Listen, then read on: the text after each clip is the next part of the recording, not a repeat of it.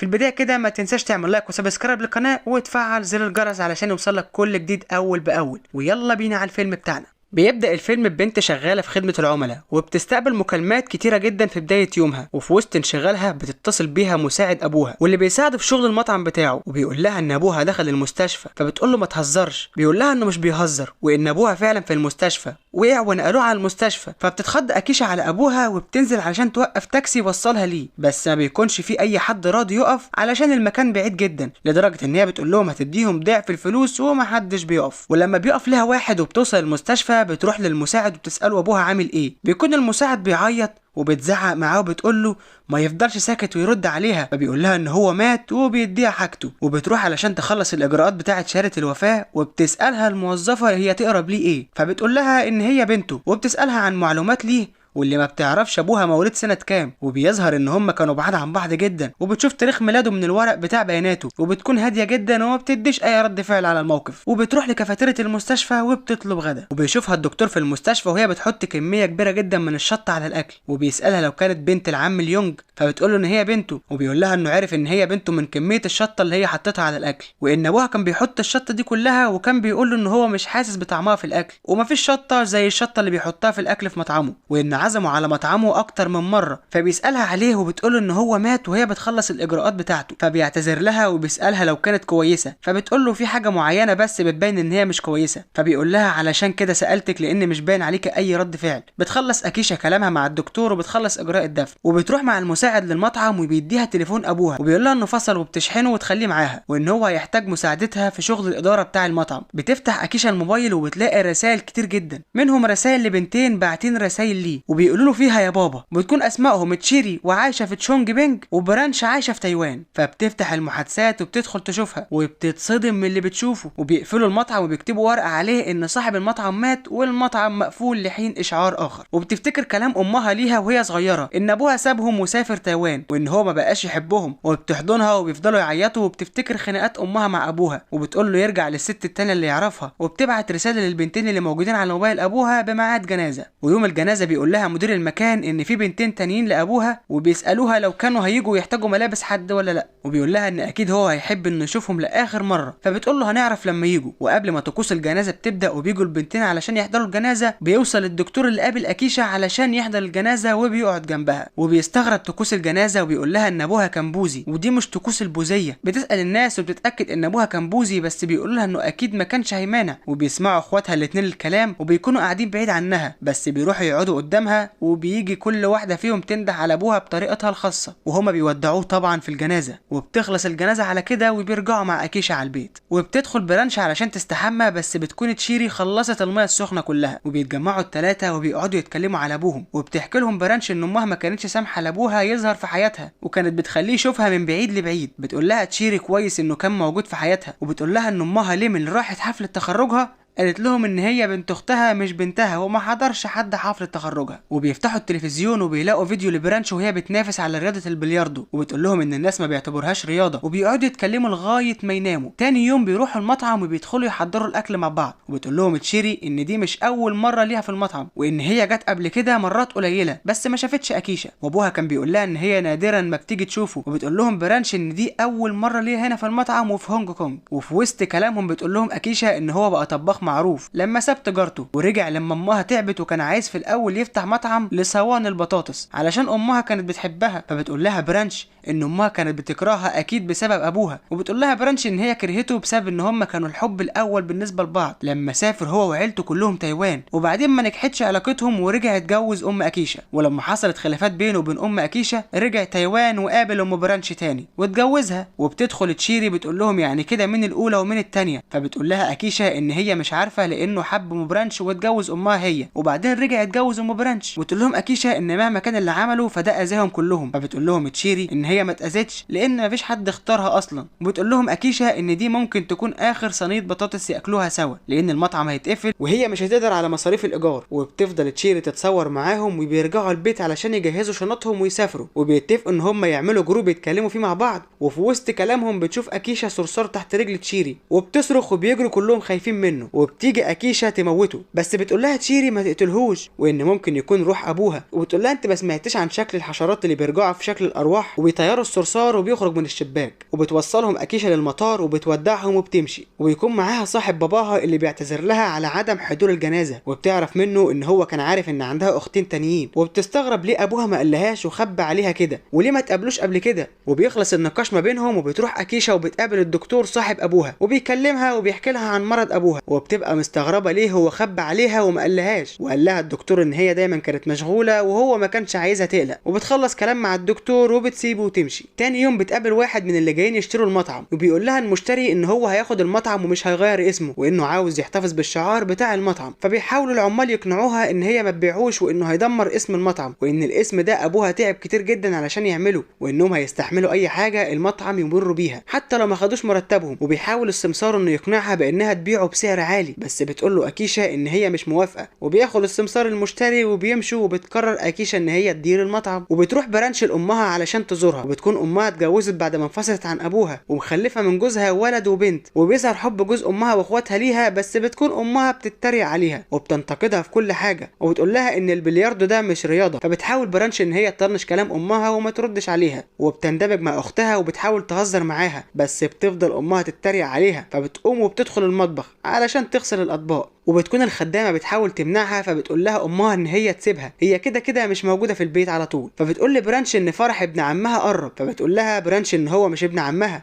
وان هي مش هتروح وان ابوها لسه ميت، ولو مش فارق معاها تروح هي. وبتقول لها امها لو مش هتروحي علشان ابوكي روحي علشان الراجل اللي رباكي. بس برانش مش بيعجبها كلام امها وبتودعهم وبتمشي مره تانية. وبتظهر تشيري وهي واقفه في اوضتها اللي في البيت اللي هي عايشه فيها مع جدتها بعد ما امها سافرت تعيش مع جوزها في كندا. وبتبدا شيري تصور لايف بتتكلم فيه عن اللبس اللي هي لابساه وبترد على كل الاسئله. وبيظهر ان هي بلوجر مشهوره، وبيسالوها عن زيارتها لهونج كونج، وبتقول لهم ان هي راحت زياره شخصيه ومش شغل. وبتتكلم جدتها مع صحابها بره عن امها اللي سابت تشيري معاها وسافرت كندا علشان تعيش مع جوزها. وبيقولوا لها اصحابها ان تشيري بنت كويسه وبتحبها وبتاخد بالها منها، وبيسالوها لو اتجوزت هتعمل ايه من غيرها، وانها شاطره وبتقدر تجيب فلوس كويسه. فبتقول لهم ان هي حاولت كتير جدا تجيب لها عريس بس هي مش بتوافق. فبتقول لها واحده من صحابها ان كان الموضوع هيبقى سهل لو كانت ما قصتش شعرها وغيرت لونه. تخرج تشيري وبتقدم لهم حاجه يشربوها، وبتقول لهم ان هي هتجيب لهم الشاي وبتدي جدتها الدواء. وبتقول لها ان هي ما ينفعش تسهر علشان علاجها. ولما بيمشوا بتدخل جدتها وبتمسك الموبايل وبتشوف صوره تشيري مع اخواتها. فبتقول لهم تشيري ان هي عارفه انها زعلانه منها علشان سافرت هونج كونج، وبتقول لها ان هي هتفضل حبيبتها طول العمر ومحدش يقدر ياخدها منها، وان هي راحت علشان دي جنازه ابوها وكان لازم تودعه. وبتاخد الموبايل من جدتها وبتقول لها كملي فرجه ونامي بدري، وبتطفي النور وبتخرج. وبتكون اكيشا في الوقت ده مشغله المطعم وبتحاول تديره، والموضوع بيكون صعب جدا عليها مش زي ما كانت متخيله يعني. وبيقول لها الطباخ ان الغلطات اللي حصلت في الطلبات بسبب ان ابوها كان بيمليه الطلبات كلها، فبتتضايق وتخرج. ووقت قفل المطعم بتروح للست اللي بتنظف الاطباق وبتقول لها ان هي هتسيبهم هي وتعملهم بدلها. فبتقول لها الست ان ابوها برضو كان بيعمل معاها كده، وان هي عمرها ما خلصت الاطباق للاخر ودايما هو اللي كان بيكمل وما بيرضاش يخليها تخلصهم. وبتفضل اكيشا تتخيل ابوها في المطعم حواليها لغايه ما بيجي لها الدكتور صاحب ابوها وبتعزمه على الاكل في المطعم، بس بيكون الاكل حراق جدا. ولما بتحاول تساعده بيقول لها ان الم الشطه بيخفف الالام التانيه زي الصداع مثلا. فبتقول له اكيشا ان هي كانت مقدمه على اختبارات السواقه بس مش هتعرف تتدرب. فبيقول لها ان هو هيساعدها وبياخدها لمكان فاضي وبيخليها تسوق، بس بتكون دايسه على الفرامل بدل البنزين، وبتدوس بنزين مره واحده وبتخبط العربيه في الحيطه. فبيقول لها ان هي ما ينفعش تسوق مره تانية خالص. فبتقول له ان هي قررت تتعلم السواقه علشان في شخص قال لها تتعلم السواقه علشان يسافروا سوا ويتبادلوا السواقه مع بعض. فبيقول لها الدكتور ان ممكن جدا يسافروا مع بعض في القطر او يسوق هو بس او يسافروا مواصلات، وان هي لو عايزه تتعلم السواقه بجد تتعلمها علشان تروح المكان اللي هي عايزاه مش علشان خاطر حد تاني. وتاني يوم بتشغل التلفزيون علشان تتفرج على ماتش برانش في البلياردو، وبتتفوق برانش عليها في البلياردو طول الماتش، وبتلعب برانش اخر كوره خلاص على مكسبها لكنها بتقف عند الحفره وما بتقعش فيها،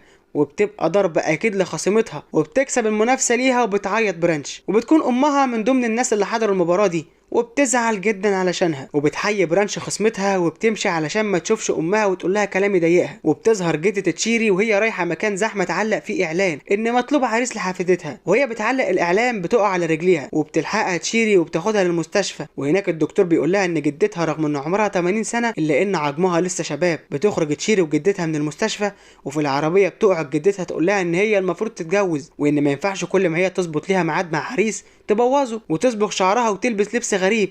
فبتقول لها تشيري ان شعرها ده كان عاجبها، فبتعترض جدتها وبتقول لها لو ان امها اعترفت بيها كان زمانها عايشه معاها في كندا بدل ما تيجي تعيش معاها هنا وتخلي بالها من واحده عجوزه زيها. وبتكون جدتها بتكلمها كده علشان هي بتحبها ونفسها تشوفها عايشه حياه سعيده. وفي المطعم عند اكيشا بنلاقي ان الطلبات اتاخرت، فبتدخل لفرانسيس الطباخ وبتلاقي الشوربه المميزه بتاعتهم خلصانه، وبيقول لها ان المخزون بتاعهم خلص، وبيقول لها ان ابوها هو اللي كان بيجيب المتطلبات كلها. فبتتعصب اكيشا عليه وبتقول له امال انت ما بتعرفش تعمل اي حاجه خالص؟ امال ابوها شغاله معاها ليه؟ فبيقول لها فعلا انا مش عارف شغلني ليه، وبيسيب المطعم وبيمشي. وبتعتذر اكيشا للناس وبيمشوا وبيقولوا لها ان اول ما الشوربه المميزه تجهز هيكلموهم علشان تيجي. وبتقعد مع المساعد بتاع ابوها وبتقول له ان هي مش عارفه ليه ابوها مشغل ناس ما بتساعدهوش. فبيقول لها ان ابوها هو اللي كان بيساعدهم، وان فرانسيس الطباخ كان بيلعب كوره، ولما جاله الرباط الصليبي ابوها طلب منه يجي يشتغل معاه، حتى هو كمان لما خرج من السجن محدش رضي يشغله غير ابوها. وبتدخل اكيشا المطبخ وبتحاول تعرف التوابل اللي ابوها كان بيحطها على الوصفه، وبيكلم اكيش مساعد برانش وبيقول لها ان المخزون خلص والدنيا بتبوظ. وتاني يوم بنصحى نلاقي امها موجوده في شقتها وبتحاول تروق لها البيت، وبعدها بتتعصب عليها وبتتخانق معاها وبتقول لها ان هي هتمشي وتسيب لها المكان كله. بتحضر برانش شنطتها علشان ترجع تاني لمطعم ابوها، وبتحضر تشيري ادويه جدتها للفتره اللي هتغيب فيها، وبتكتب كل وقت عليها وبتحضر حاجتها وبتمشي علشان ترجع المطعم. بتوصل تشيري وبرانش للمطعم وبتاخدهم اكيشا للمطعم، بس هم على السلم بتقعد تشيري على السلم وبتتوجع من سنانها، وبتدخلوا جوه بيقول لهم ان مش قادره تاكل. فبتقترح عليها اكيشا تحط فلفل حراق، وبعد الحاح منها وبعد ما حطت اكيشا وبرانش معاها سنانها بتخف. وحاولوا يوصلوا بكل الطاقه اللي فيهم للوصفه السريه بتاعه ابوها بس مش بيلاقوا اي حاجه. وتاني يوم بيطبخوا المكونات المعروفه من غير المكون السري، وبيستغربوا الناس طعم الشوربه لانها بتكون مختلفه شويه عن اللي بيشربوها على طول. وبيحاولوا يجربوا وصفات تانية من على النت وبيدوروا في مذكرات ابوهم بس من غير فايده. وبيرجع الطباخ للمطعم وبيعتذر لاكيشا وبتطلب منه يفضل معاهم، وبتتصل جوز برانش بيها بسبب كلام امها ليه، وبتكون امها قلقانه جدا عليها وبتقول له برانش ان هي في هونج كونج، وبتطلب منه ما يقولش لامها، بس بتكون واقفه جنبه وبتعرف وبتروح لها وبتتخانق معاها. فبتتعصب عليها امها وبتضربها بالقلم، وبتمشي برانش وبتسيبها وبتروح وراها تشيري. وبتدخل امها تقعد مع اكيشا وبيقعدوا يتكلموا،